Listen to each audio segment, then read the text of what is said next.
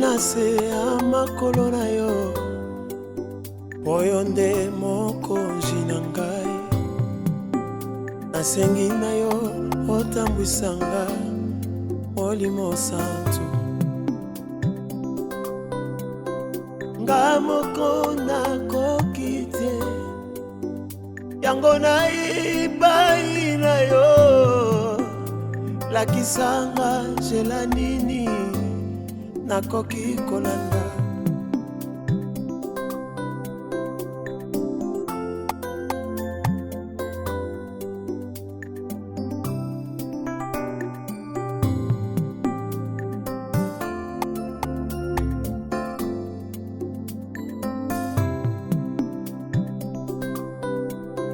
ata minyoko tope bapasi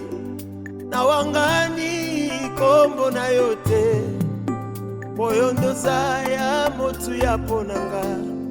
Molimo Santu yonde mobali oyo nandima ata bapasi tope bisengo nandimi yaka kozala nanga nafanda na yo na presence na yo nde mafuta ya bonzambe kitelanga ye akolanga yango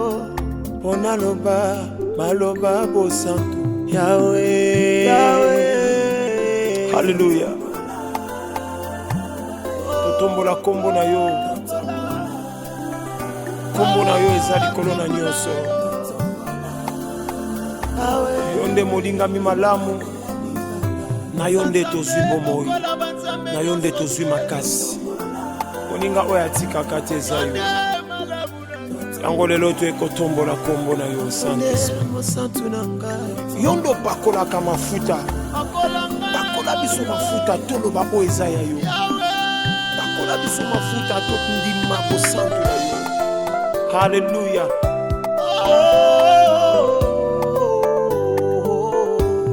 Yahweh, yonde, yonde, yonde, yonde, yonde, moninga malamu. Totombola, totombola, totombola, MOBALI ya LIBALA.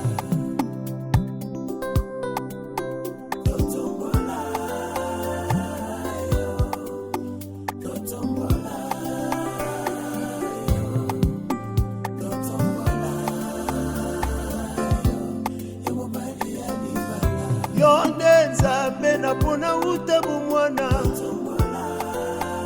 nzambe na kula nekodime natika yo boye pona nini yaya soki natiki yo Yesu pasi na motema na ngai na kokoka te o nakokoka te kufanda mosika na yo o mosika na yo pasi pe kufa Yawe o Yawe nanga papa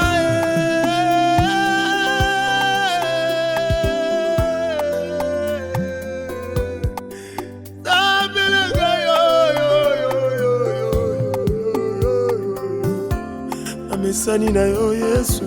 yango nakoka kotika yo te papa nanga Nzambe na ngai nakokoka te Yesu ata balobi sekonde moko bomo nanga moko te